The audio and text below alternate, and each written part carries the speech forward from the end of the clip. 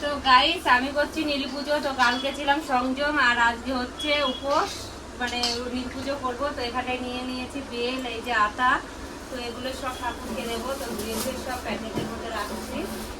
আর এই যে এখানটায় আছে ফল, তো নিয়ে এসেছি লেবু, শসা, তারপরে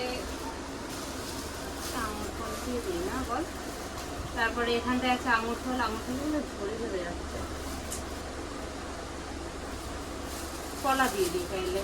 হ্যাঁ হ্যাঁ, এখানে নিয়ে নিচ্ছি কলা। তো এখানটায় 5 রকমের ফলগুলো রেডি করে দিই। তো এখানে 5 রকমের ফল রেডি করে দিলাম। আর এদিকে আমার এখানে নিয়ে নিলাম হচ্ছে মোমবাতি, এই যে ধূপকাঠি, এগুলো ধরাতে হবে। আর তো এখানটায় নিয়ে নিয়েছি দই, এখানে নিয়ে কাছে নিয়ে